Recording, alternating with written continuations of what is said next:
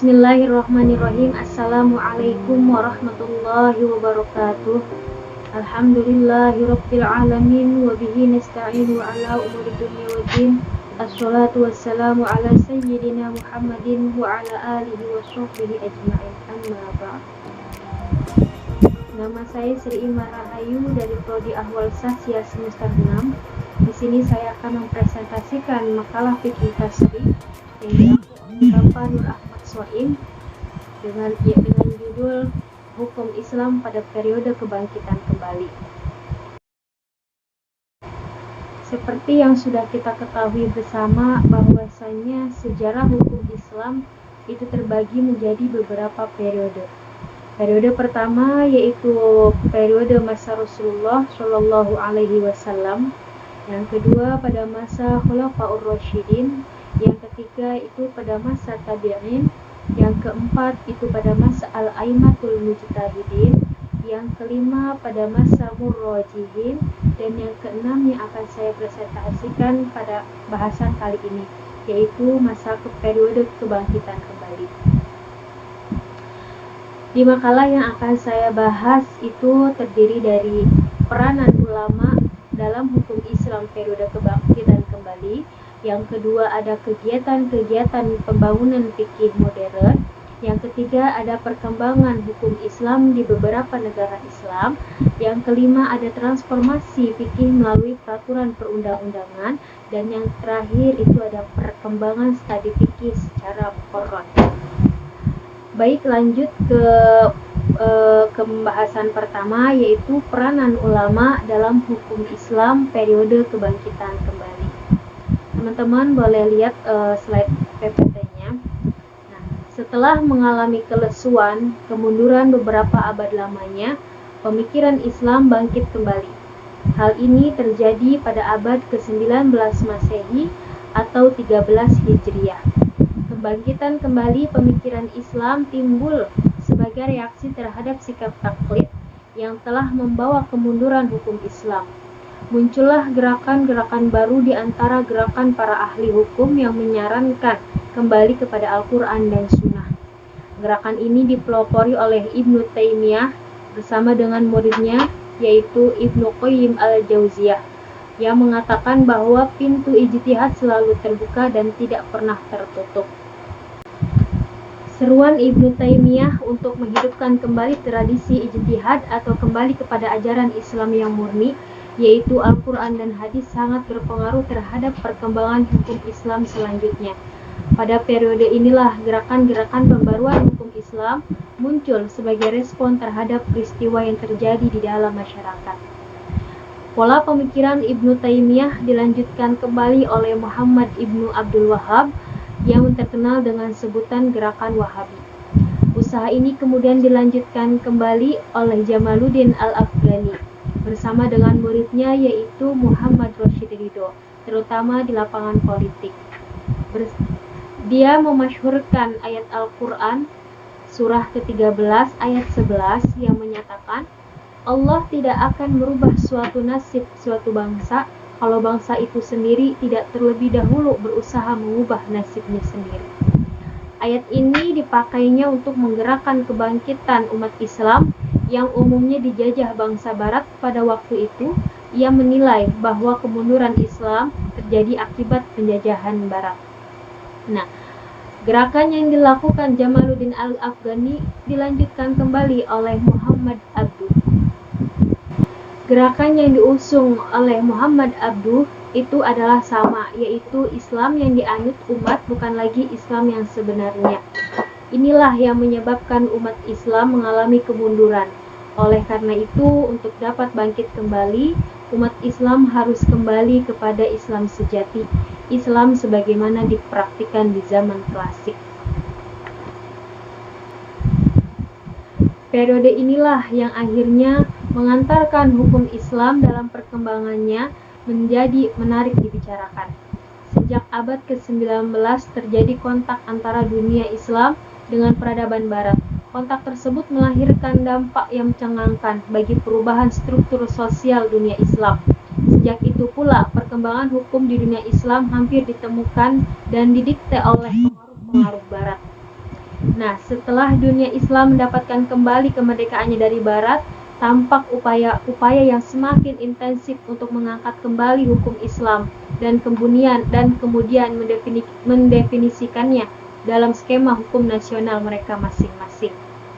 Pembahasan selanjutnya yaitu mengenai kegiatan-kegiatan pembangunan fikih modern.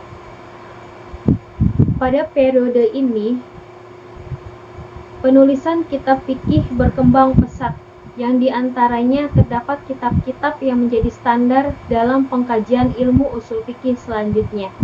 Kitab usul fikih yang penting, diantaranya yang pertama ada kitab Al-Mughni fil Abwab wat Tauhid yang ditulis oleh Al-Qadhi Abdul Jabbar. Di dalam kitab ini tertulis kaidah fikih, ilmu kalam dan ilmu usul fikih yang saling menyempurnakan. Yang kedua ada kitab Al-Mu'tamad fi Usul al-Fiqh yang ditulis oleh Abu Al-Husain Al-Basri yang beraliran Mu'tazilah. Kitab ini karya yang paling sempurna sebagai sumber utama para ulama Mu'tazilah pada umumnya. Bahkan dinilai sebagai salah satu dari 4 standar kitab usul fikih yang dijadikan rujukan oleh para pengkaji ilmu usul fikih sebelumnya. Yang ketiga ada kitab Al-Idof fi Usulil al-Fiqh ditulis oleh Abu Al-Qadhi Abu Muhammad Ya'la Muhammad Al-Husain bin Muhammad bin Khaif Al-Farrokh. Pengaruhnya di kalangan Hambali sangat besar dan berlanjut sampai ke generasi Sunni sesudahnya, khususnya kaum Hambali, melalui berbagai karangan tentang Al-Quran, akidah, fikih, dan usul fikih. Yang keempat ada kitab Al-Burhan fi Usulul Fiqh yang ditulis oleh Abu Al-Ma'li Abdul Malik bin Abdullah bin Yusuf Al-Juwaini Imam Al-Haramain. Kitab ini dinilai sebagai salah satu kitab standar usul fiqh. Yang kelima ada kitab Al-Mustashfa fi Ilm Al-Usul ditulis oleh Abu Hamid Ghazali. Menurut Ibnu Khaldun, kitab Al-Mustasfa adalah kitab terakhir dari seluruh kitab standar usul fikih. Indikasi kebangkitan fikih pada zaman kebangkitan dapat dilihat dari 2 aspek. Yang pertama ada pembahasan fikih Islam dan yang kedua ada kodifikasi hukum fikih. Yang ketiga memberikan perhatian khusus terhadap fikih komparasi. Para peneliti fikih di zaman ini memberikan perhatian khusus dengan bentuk kajian fikih komparasi, terkadang antara sesama mazhab fikih Islam dalam suatu masalah tertentu, dan terkadang antara masuk Islam dengan undang-undang konvensional dengan tetap menjadikan kekuatan dalil sebagai kata akhirnya. Metode ini memiliki kelebihan yaitu dapat memunculkan teori-teori umum dalam fikih Islam dan menghasilkan teori baru seperti teori akad, kepemilikan harta dan pendayagunaan hak yang tidak proporsional, serta yang lainnya yang bisa kita lihat dalam hasil karya ilmiah. Yang keempat, memberikan lembaga-lembaga kajian ilmiah dan menerbitkan ensiklopedia fikih. Di antara indikasi kebangkitan fikih pada zaman ini adalah didirikannya beberapa lembaga kajian di berbagai negeri Islam dan terbitnya beberapa ensiklopedia fikih. Selanjutnya ada kodifikasi hukum fikih.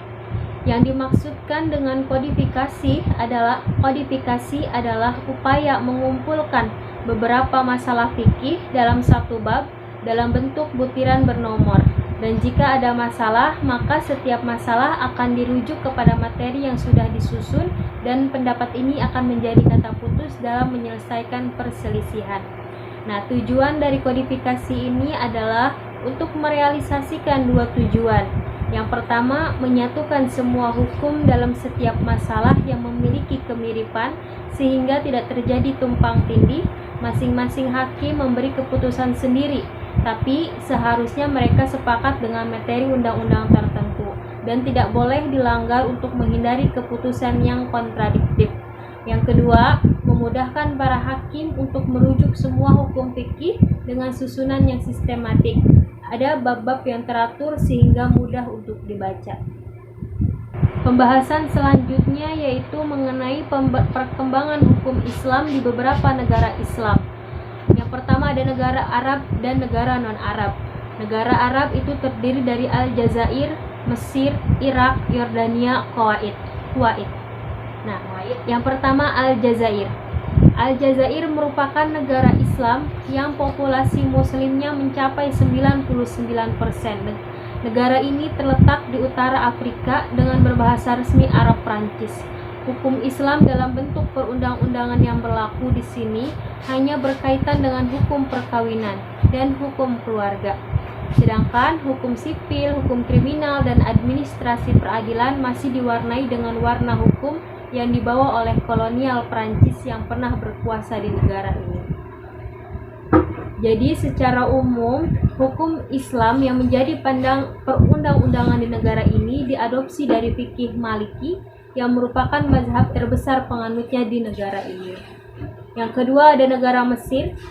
Mesir dengan populasi penduduk yang 92% Muslim adalah negara yang mayoritas penduduknya bermazhab Syafi'i. Namun dahulu ketika Mesir merupakan provinsi otonom dari Kekhalifahan Utsmaniyah, sistem hukum yang diterapkan adalah sistem hukum Hanafi. Setelah berada dalam jajahan Inggris Raya, sistem hukumnya secara perlahan terpengaruh terhadap sistem hukum Eropa yang dibawa oleh Inggris. Nah, baru pada tahun 1920 terbentuk pembaharuan aturan perundang-undangan Islam yang berkaitan dengan status personal. Yang ketiga ada negara Irak. Irak merupakan negeri di Asia Barat yang populasi muslimnya mencapai 95%, negeri 1001 malam yang mempunyai dua bahasa resmi, yaitu Arab dan Inggris. Ini memiliki peraturan perundang-undangan. Yang pertama, Undang-Undang Sipil Perdata 1951. Undang-undang ini mengatur tentang hukum privat yang berlaku. Yang kedua ada Undang-Undang Status Personal Ahwal Syakhsiyah 1959. Undang-undang ini sudah mengatur hukum privat dan hukum publik yang berlaku. Yang ketiga ada Amandemen Undang-Undang Status Personal 1963. Yang keempat ada Undang-Undang tentang hak tempat tinggal bagi wanita yang dicerai. Undang-undang ini mengatur tentang perlindungan dan jaminan hak-hak wanita yang mengalami perceraian dalam sebuah ikatan perkawinan. Selanjutnya ada negara Yordania. Yordania merupakan negara monarki demokratis yang terletak Asia Timur dengan populasi penduduk muslim sebesar 95% dari jumlah penduduk. Implementasi hukum Islam dalam bentuk perundang-undangan pada negara ini yang dapat dilihat, yang pertama Undang-Undang tentang Hak-Hak Keluarga 1951, yang kedua Syariah dalam Undang-Undang Dasar 1952, yang ketiga Undang-Undang Sipil dan undang-undang lain, yang keempat Undang-Undang Status Personal, yang kelima Amandemen Undang-Undang Status Personal 1977. Selanjutnya ada negara Kuwait. Kuwait adalah perkembangan legislasi hukum Islam. Kuwait dalam perkembangan legislasi hukum Islam dikenal dengan reformasi di bidang hukum waris dan pembaharuan legislasi. Khusus dalam bidang pembaharuan legislasi dimulai dalam masa pemerintahan Amir Syekh Abdullah Salim Al-Sabah. Pada masa ini, tepatnya pada tahun 1951, dia melakukan perombakan Undang-Undang Wakaf dengan merujuk kepada Undang-Undang Wakaf Mesir tahun 1946 dan Undang-Undang Wakaf Libanon tahun 1947. Kemudian kedua undang-undang wakaf terakhir ini dikolaborasikan dalam satu bentuk perundang-undangan wakaf yang berlaku di Kuwait. Di samping itu, ada beberapa aturan perundang-undangan lain yang dirujuk dari hukum material Mesir dan Prancis yang menghasilkan undang-undang hukum sipil perdata dan prosedur perniagaan pada tahun 1960. Selanjutnya ada negara non-Arab. Negara non-Arab itu terdiri dari Afghanistan, Bangladesh, Brunei Darussalam, Indonesia, Malaysia, Turki, Filipina. Yang pertama ada Afghanistan. Afghanistan merupakan negara muslim yang menerapkan hukum Islam sebagai sistem hukum satu-satunya dalam negara. syariah merupakan sandaran utama dalam undang-undang dasarnya. Semua peraturan perundang-undangan yang ada tidak boleh keluar dari koridor syariah. Sistem hukum yang diterapkan dalam negara ini berpatokan pada fikih Hanafi sebagai mazhab resmi negara. Secara ringkas, peraturan perundang-undangan yang diterapkan di negara ini antara lain: yang pertama ada Undang-Undang Perkawinan 1971, yang kedua ada Ketetapan Hukum tentang Hak-Hak Wanita 1978, yang ketiga ada Ketetapan Hukum tentang Pelarangan Riba 1978. Yang kedua ada negara Bangladesh.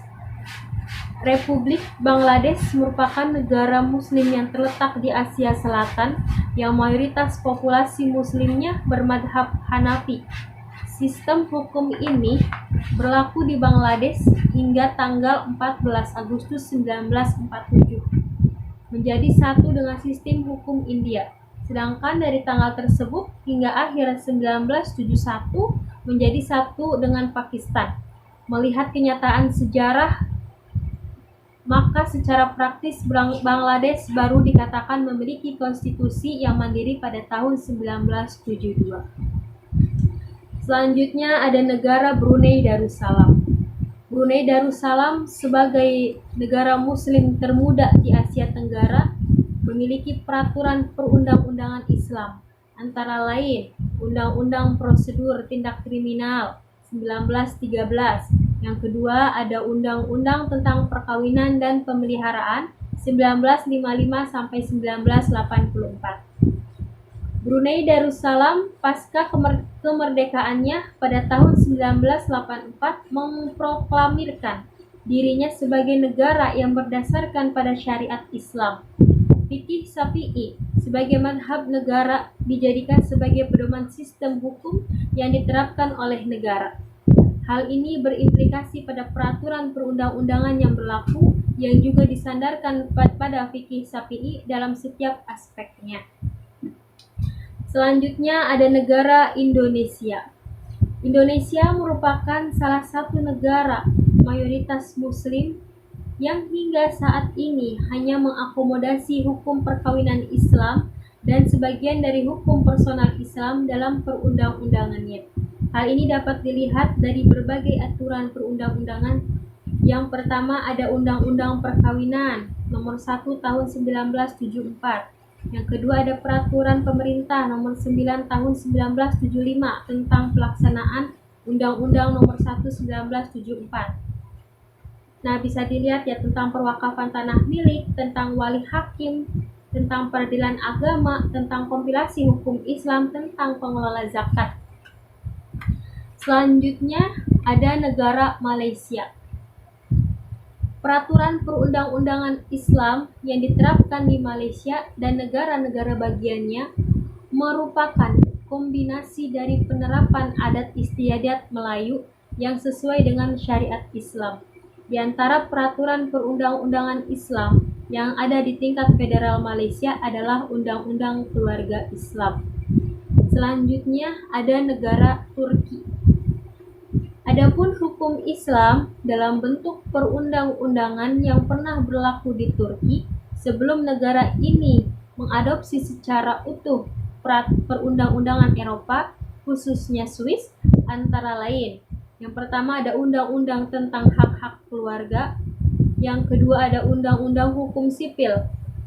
Undang-undang ini mengalami amandemen sebanyak 5 kali pada tahun 1933, 1938, 1945, 1950, dan 1956.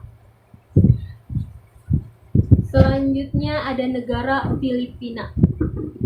Filipina merupakan salah satu negara minoritas muslim yang memiliki peraturan perundang-undangan Islam.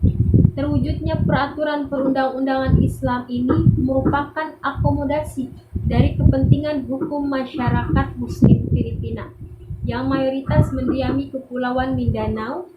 Dengan diberlakukannya Undang-Undang Hukum Keluarga Islam sejak masa Presiden Ferdinand Marcos ini, maka ini menjadi satu-satunya hukum keluarga sebagai pedoman bagi masyarakat Filipina.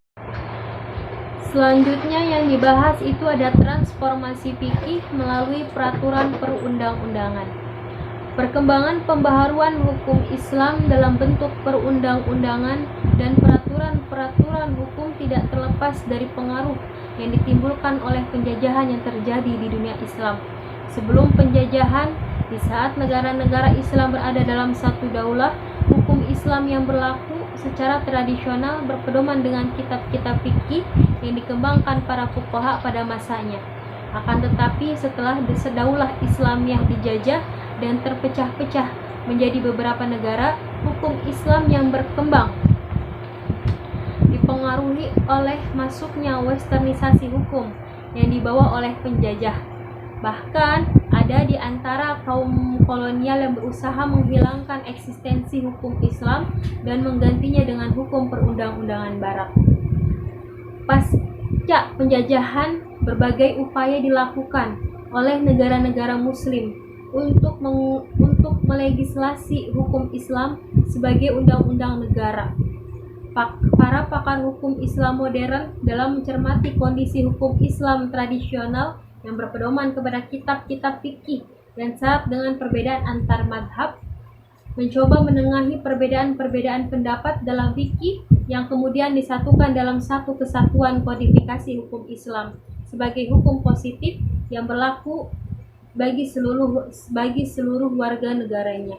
Di samping itu, dinamika masyarakat dalam negara tersebut yang terkadang juga terpengaruh budaya hukum barat juga menjadi rujukan mereka dalam pengkodifikasian hukum Islam tersebut.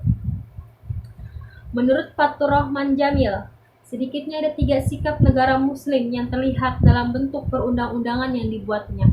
Sikap pertama adalah mengakomodasi nilai-nilai hukum barat yang sesuai dengan syariat Islam dan bila perlu dijadikan sebagai bagian dari